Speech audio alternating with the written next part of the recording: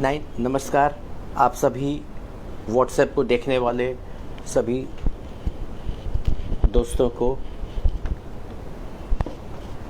मैं डॉक्टर दिवाकर तेजस्वी नमस्कार करता हूं।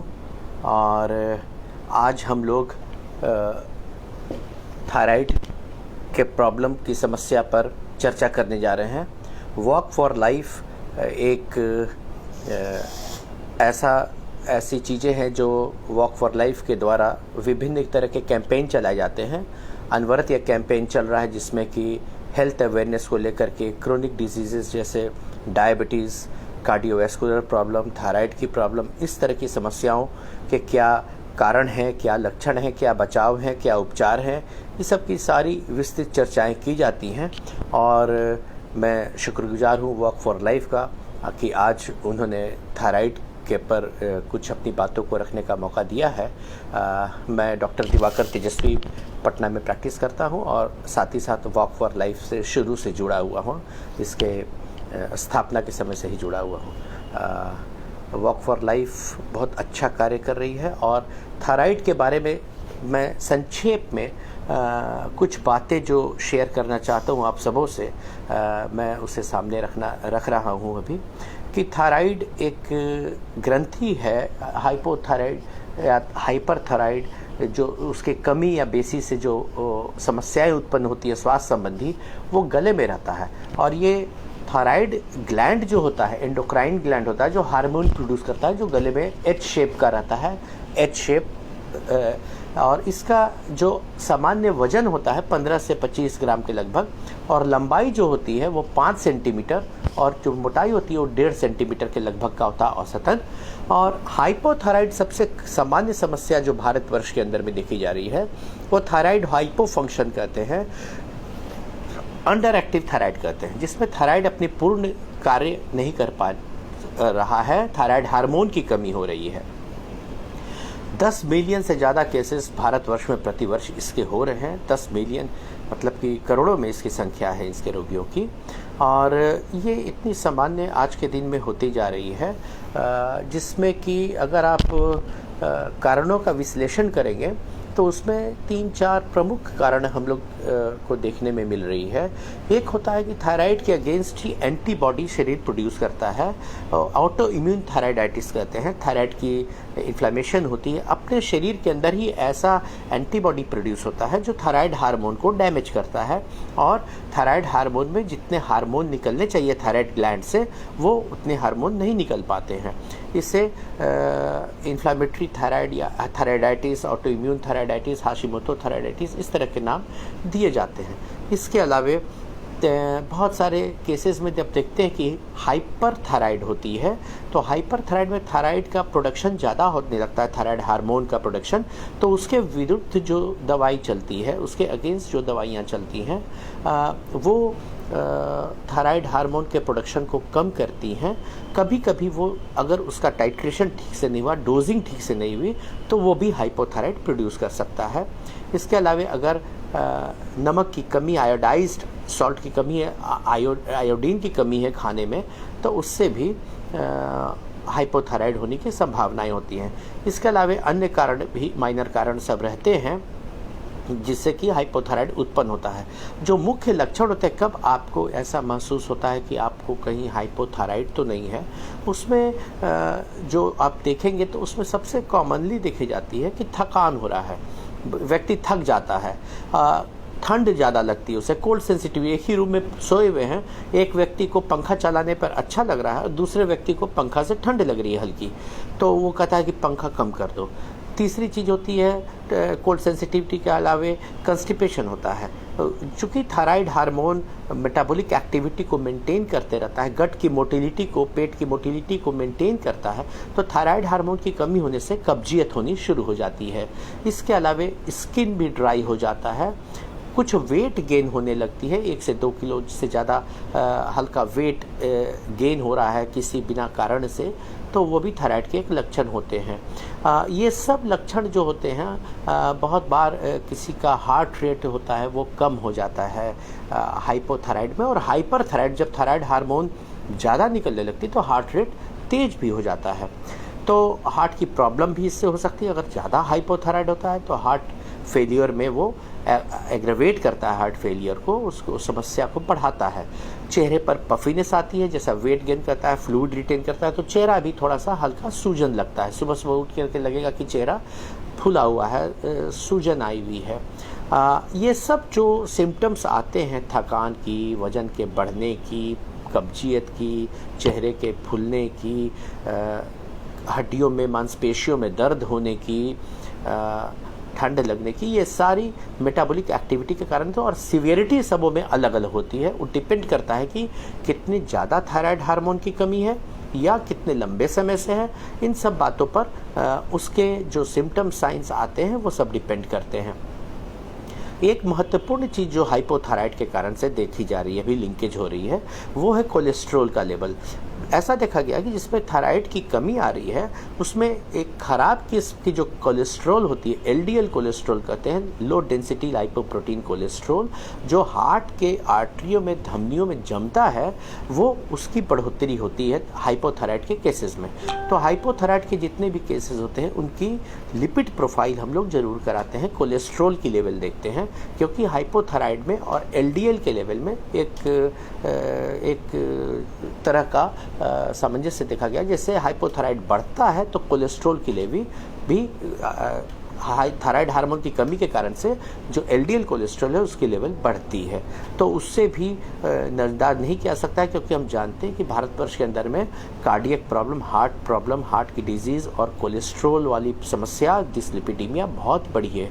तो जिसमें भी बहुत हाई कोलेस्ट्रॉल आ रहा है उसमें हम लोग थायराइड की भी टेस्ट करा लेते हैं, और जिसमें बहुत कम थायराइड आ रहा है उसमें हम लोग कोलेस्ट्रॉल की भी टेस्ट करा लेते हैं। इसके साथ साथ मसल का वीकनेस होता है, मसल की स्ट्रेंथ कम होती है। जो महिलाएं होती हैं उनके मासिक में गड़बड़ी होने लगती है, क्योंकि थायराइड भी एक हार्मोन है और जो अन्य फीमेल हार्मोन्स होते हैं उस पर यह असर करता है और मासिक अनियमित, अनियंत्रित हो जाती है। तो थायराइड, हाइपोथायराइड के कारण से भी मेंस्ट्रुअल साइकिल जो है, मासिक धर्म जो महिलाओं का है, वो भी इरेगुलर हो जाता है। इसके साथ साथ हार्ट रेट, पहले ही मैंने बताया कि कम हो जाने की संभावना रहती है हाइपोथायराइड में, थायराइड हार्मोन की कमी से। और जिसमें हाइपर थायराइड होता है, थायराइड हार्मोन की बढ़ोतरी होती है, उसमें हार्ट रेट तेज रहता है, उसमें मेटाबॉलिक एक्टिविटी ज़्यादा होती है हाइपर थायराइड में। और उस कारण से जो हाइपर थायराइड वाले हैं, जिसमें थायराइड हार्मोन की मात्रा ज़्यादा निकल रही है शरीर में, वो दुबले पतले होते हैं, उसमें मेटाबॉलिक एक्टिविटी इतनी ज़्यादा होती है कि वो बर्न आउट हो जाता है और व्यक्ति दुबला पतला होने लगता है, वेट लॉस होने लगती है। तो जहाँ थायराइड हार्मोन की मात्रा बढ़ेगी वहाँ वेट का लॉस होगा, जहाँ थायराइड हार्मोन की मात्रा शरीर में कमेगी वहाँ वेट का गेन होगा। इसके अलावा थायराइड हार्मोन की कमी से देखा गया कि मानसिक रूप में जितने भी जो हार्मोन निकलते हैं, जो बैलेंस के लिए, मेंटेन करने के लिए लेवल्स होते हैं न्यूरोट्रांसमीटर्स के, उसमें भी अल्ट्रेशन होता है, डोपामीन, सेरोटोनिन, और उस तरह से हाइपोथायराइड के कारण से डिप्रेशन भी होती है। बहुत बार अनायास डिप्रेसिव फीलिंग आ रही है शाम के शाम और पता नहीं चल रहा है कोई कारण, तो उसमें थायराइड की जांच करा लेनी चाहिए। हाइपोथायराइड डिप्रेशन का कारण हो सकता है। कभी कभी याददाश्त की कमी भी हाइपोथायराइड के कारण से होती है।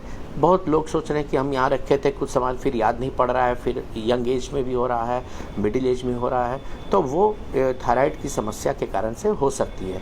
लेकिन ओल्ड एज में जो मेमोरी लॉस होता है, वो डिमेंशिया, वो अलग कारण से होता है। सेरेब्रल एट्रोफी हो सकती है, ब्रेन की ब्लड सप्लाई में कमी हो सकती है, उन सब कारणों से भी हो सकता है। अल्जाइमर्स हो सकता है या अन्य कारण से ओल्ड एज में होते हैं। लेकिन अगर रिलेटिवली यंगर एज में थोड़ी मेमोरी की लॉस हो रही है तो वो हाइपोथायराइड के कारण से भी हो सकता है। तो अभी जैसा हमने बताया था कि हाइपोथायराइड के कारण क्या क्या है, तो उसमें ऑटो इम्यून एक कारण होता है, शरीर अपना ही एंटीबॉडी बनाता है। एक कारण आयोडीन की डिफिशिएंसी होती है, जिसमें कि थायराइड हार्मोन का प्रोडक्शन कम होता है। जो तरह के थायराइड हार्मोन ट्राईआयोडोथायरोनिन और थायरोक्सिन, ये T4 T3 कहते हैं जिसे, उसके लेवल कम हो जाते हैं। और जब उसके लेवल कम हो जाती है तो TSH, थायराइड स्टिमुलेटिंग हार्मोन का लेवल बढ़ जाता है हाइपोथायराइड में। प्रेगनेंसी में भी हाइपोथायराइड होने की संभावनाएं बढ़ जाती हैं।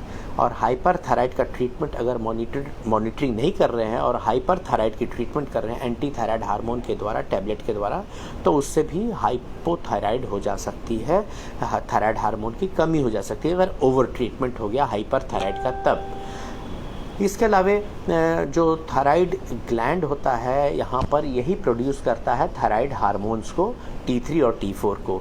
जब इसकी कमी होने लगती है T3 T4 की, तो बॉडी में सिग्नल जाता है कि इसे बनाओ, इसे बनाओ, और उसको जो सिग्नल जाता है वो उससे थायराइड स्टिमुलेटिंग हार्मोन TSH के रूप में सिग्नल जाता है, और TSH का लेवल बढ़ जाता है, जिससे कि कोशिश करता है बॉडी अपने आप में कि हम T3 T4 जो थायराइड हार्मोन है उसके लेवल को बढ़ा करके रखें। तो अर्लीस्ट स्टेज में क्या होता है, सब क्लिनिकल थायराइड कहते हैं, सब क्लिनिकल हाइपोथायराइड कहते हैं, जिसमें T3 और T4 लेवल जो हार्मोन का लेवल है वो मेंटेन रहता है, लेकिन TSH का लेवल बढ़ा रहता है। मतलब कि आपके शरीर में हार्मोन नॉर्मल है, लेकिन आपके शरीर में नॉर्मल हार्मोन बनाने के लिए जो थायराइड स्टिमुलेटिंग हार्मोन है वो उसकी लेवल बढ़ गई है, और तब जाकर के आपके बॉडी में मेंटेन हो रहा है थायराइड का हार्मोन का लेवल। तो T3 T4 नॉर्मल है और TSH बढ़ी हुई है। तो क्लिनिकल सिम्टम्स, साइंस और सब क्लिनिकल कभी कभी होते हैं, उसमें सिम्टम्स नहीं भी आते हैं, बहुत माइल्ड सिम्टम्स होते हैं, उस पर बेस्ड करके आपको ट्रीटमेंट उस समय देनी है कि उस समय वेट एंड वॉच करना है, वो आपके चिकित्सक डिसाइड करते हैं और उसके हिसाब से फिर दवाइयाँ देते हैं। जब दवाइयाँ देती हैं, और कुछ दवाइयाँ जो होती हैं वो दवाइयाँ भी कभी कभी हाइपोथायराइड को बढ़ाती हैं, थायराइड हार्मोन के लेवल को कम करती हैं। उसमें सबसे कॉमनली एक लिथियम यूज़ होती है, जो साइकेट्रिक पेशेंट्स में, जो डिप्रेशन के पेशेंट्स में यूज़ होती है लिथियम, वो इसके प्रोडक्शन को कम करती है, थायराइड हार्मोन के लेवल को कम करती है, और इस कारण से भी हाइपोथायराइड हो सकता है। कभी कभी ये बातें आती हैं, एक फ़ोन आ गया था इस कारण से उसमें डिस्कनेक्ट हुई थी। कभी कभी ये बातें आती हैं कि मेडिसिन के अलावे और क्या चीज़ें हैं जिससे कि थायराइड हार्मोन के घटने की संभावना है, थायरॉक्सिन या ट्राइथायरानिन के प्रोडक्शन की कमी की संभावना है। तो कॉमनेस्ट जो फूड आइटम होते हैं जो गोइट्रोजेनिक होते हैं, जो थायराइड हार्मोन की कमी करा सकते हैं, उनमें जो बंद गोभी, फूल गोभी, ब्रोकली, ये सब चीज़ें थोड़ी थायराइड हार्मोन को कम करने की क्षमता रखती हैं। तो जिनमें बहुत हाइपोथायराइड है उनमें थोड़ा परहेज करने की आवश्यकता होती है। और ग्वाइटर एक चीज़ होता है, घेगा रोग कहते हैं, गले का साइज़ जो होता है मोटा हो जाता है, बढ़ जाता है। अगर बहुत थायराइड हार्मोन की कमी लंबे समय से है तो क्या कहता है कि थायराइड इस पर स्ट्रेस देता है कि इसमें जल्दी से जल्दी ज़्यादा से ज़्यादा बने, और लंबे समय तक अगर स्ट्रेस में रहता है थायराइड ग्लैंड तो उसकी साइज़ बढ़ जाती है, उस पर जोर आता है, और इस कारण से जब उसकी साइज़ बढ़ जाती है तो हम लोग उसे कहते हैं कि ग्वाइटर हो गया, घेगा रोग हो गया, गला सूज गया है उसका। तो गला सूजने का बहुत सारा कारण और भी हो सकता है, थायराइड न्यूड्यूल भी हो सकते हैं, और थायराइड हार्मोन की कमी लंबे समय से है तो उस पर जोर लगाते लगाते कि ज़्यादा बनाओ हार्मोन को, उस पर जोर आता है और उसकी साइज़ भी बढ़ सकती है। उसके अलावे जो न्यूड्यूल्स आते हैं, अगर गले में गांठ हो जाती है थायराइड हार्मोन जब प्रोडक्शन थायराइड ग्लैंड होती है उसके अंदर में, तो उसकी जांच होती है कि वो न्यूड्यूल बिनाइन है कि वो न्यूड्यूल मैलिग्नेंट है, या फिर उसमें खराबी, कैंसर होने की संभावनाएं तो नहीं है, तो उसकी भी जांच हो जाती है। जब लंबे समय तक हाइपोथायराइड रह जाता है और बहुत अधिक रह जाता है तो गंभीर समस्या आती है, मिक्सिडिमा उस रोग को कहते हैं, जिसमें व्यक्ति बहुत लेथार्जिक, सुस्ती, स्वेलिंग, मेमोरी लॉस, फैटीग, सब कुछ होने लगता है।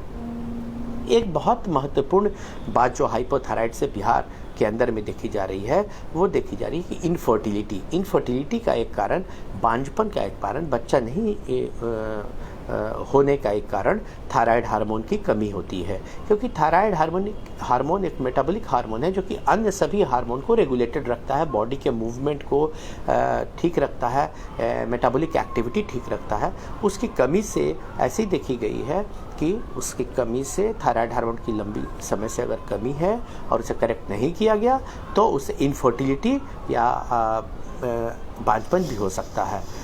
इसके अलावे जब आप कब जाएंगे टेस्ट कराने, क्या होगा, कैसे होगा। तो उसमें अगर आप सुस्ती लग रही है, वज़न बढ़ रहा है, कंस्टिपेशन लग रहा है, मेमोरी लॉस हो रहा है, डिप्रेशन लग रहा है, इस तरह की बातें लग रही हैं, तो आपको चिकित्सीय सलाह से अपनी थायराइड की टेस्ट करा लेनी चाहिए। तो थायराइड में कभी अगर लो थायरॉक्सिन हार्मोन का लेवल आता है T3 T4 और हाई TSH आता है, तो आपकी दवाइयाँ शुरू होती हैं। लीवोथायरॉक्सिन हम लोग थायराइड हार्मोन आज के दिन में बनना शुरू हो गया है और टैबलेट के फॉर्म में थायराइड हार्मोन बिकता है और वो बहुत महंगा भी नहीं है, लेकिन उसके सेवन से सारे सिम्टम्स दूर हो जाते हैं और जो थायराइड की कमियों के कारण से जो शरीर में अक्षमता उत्पन्न हो रही है, समस्याएं उत्पन्न हो रही हैं, वो सब करेक्ट हो जाते हैं। तो चिकित्सीय देखरेख में थायराइड हार्मोन को लेने की आवश्यकता होती है और ये हार्मोन सामान्यतः लाइफ लॉन्ग लेने की आवश्यकता होती है। शुरू के दिनों में टाइट्रेशन देखा जाता है कि आपका दवाई कितने पावर से चलेगी और जब एक बार सेट हो जाता है तो 6 महीने पर एक बार थायराइड करा करके देख लेना चाहिए कि मेरा लेवल एकदम मेंटेन्ड है। जिसको कार्डियक प्रॉब्लम है, हार्ट की समस्या है, उसको हम लोग धीरे धीरे करके डोज बढ़ाते हैं। अगर उसे 100 पावर की आवश्यकता है, ऐसा महसूस करते हैं कि उसके TSH लेवल बहुत हाई है, 100 पावर की थायराइड हार्मोन की आवश्यकता है, तो उसे हम लोग, अगर उसे कार्डियक इश्यूज़ हैं, हार्ट के प्रॉब्लम हैं, तो उसे एडजस्ट करने के लिए ग्रेजुअली वीकली डोज हम लोग बढ़ा करके उसे 100 पर करते हैं। तब तक के लिए हार्ट का मसल्स भी, हार्ट भी उसको एडजस्ट करने के लिए ट्यून हो जाए। एकाएक बहुत हाई डोज से हम लोग शुरू नहीं करते हैं वैसे विशेष परिस्थिति में। और लीवोथायरॉक्सिन जो है वो ये मान के चलना होता है कि अगर बहुत हाई डोज पर शुरू हो रही है या फिर किसी को थायराइड की प्रॉब्लम आई है तो लाइफ लॉन्ग लेने की संभावनाएं रहती हैं। लाइफ लॉन्ग लेते रहना चाहिए और अपना TSH T3 T4 TSH अपना करा करके चिकित्सीय देखरेख में रहना चाहिए और अपने से दवाइयों को बंद नहीं करना चाहिए। तो अगर आपको थायराइड की समस्या है, हाइपोथायराइड है, तो चिकित्सीय देखरेख में आप दवाइयों का सेवन करें, आप पूर्णतः स्वस्थ हो जाएंगे और लेकिन उसे मॉनिटरिंग करनी आवश्यक होगी। जिसे हाइपर थायराइड है, थायराइड का ओवर प्रोडक्शन है हार्मोन का, उसे हाइपर मेटाबॉलिक एक्टिविटी सब होने लगती है, दिल तेज धड़कने लगता है, हार्ट रेट बढ़ी रहती है, उसे फैटीग होता है, थकान होती है, टेम्परेचर हाई रहता है, उसे गर्मी लगती है और हाइपर मेटाबॉलिक स्टेट होने के कारण से कैलोरी बर्न होता है ज़्यादा और उस कारण से उसकी वज़न भी घटने लगती है और उसकी भी दवाइयाँ उपलब्ध होती हैं। वो एंटी थायराइड हार्मोन दवाइयाँ चलती हैं जिससे कि थायराइड हार्मोन का ओवर प्रोडक्शन जो हो रहा है, ज़्यादा जो थायराइड हार्मोन निकल रही है वो कंट्रोल पे रहे और हाइपर थायराइड की भी ट्रीटमेंट होने के बाद आपका जो वेट लॉस हो रहा था हाइपर थायराइड के कारण से, ज़्यादा थायराइड हार्मोन निकलने के कारण से, वो आपका वेट गेन होने लगता है, हार्ट रेट ठीक आ जाती है और आप पूर्णतः स्वस्थ महसूस करते हैं, थकान भी नहीं महसूस करते हैं। तो ये थी थायराइड के बारे में मूल रूप से जो बेसिक चीज़ें हैं जो हमारी समझ से सबको जाननी चाहिए, समझनी चाहिए, उसके बारे में आज हम लोगों ने चर्चा की है और आप सबों ने अपना समय दिया यहाँ पर आकर के और थायराइड के बारे में जानने की अपनी समय रहते हुए देखा। आप सभी और लोगों को भी बताएं थायराइड के बारे में और अपने को स्वस्थ रखें और हाइपोथायराइड या हाइपर थायराइड से घबराने की आवश्यकता नहीं है। अपने को स्वस्थ रखते हुए अगर इस तरह की समस्याएं आती हैं, चिकित्सीय देखरेख में आप दवाओं का सेवन करें, आप पूर्णतः स्वस्थ रहेंगे और देश को स्वस्थ रखेंगे। बहुत बहुत धन्यवाद। मैं डॉक्टर दिवाकर तेजस्वी आप सबों से विदा लेता हूँ।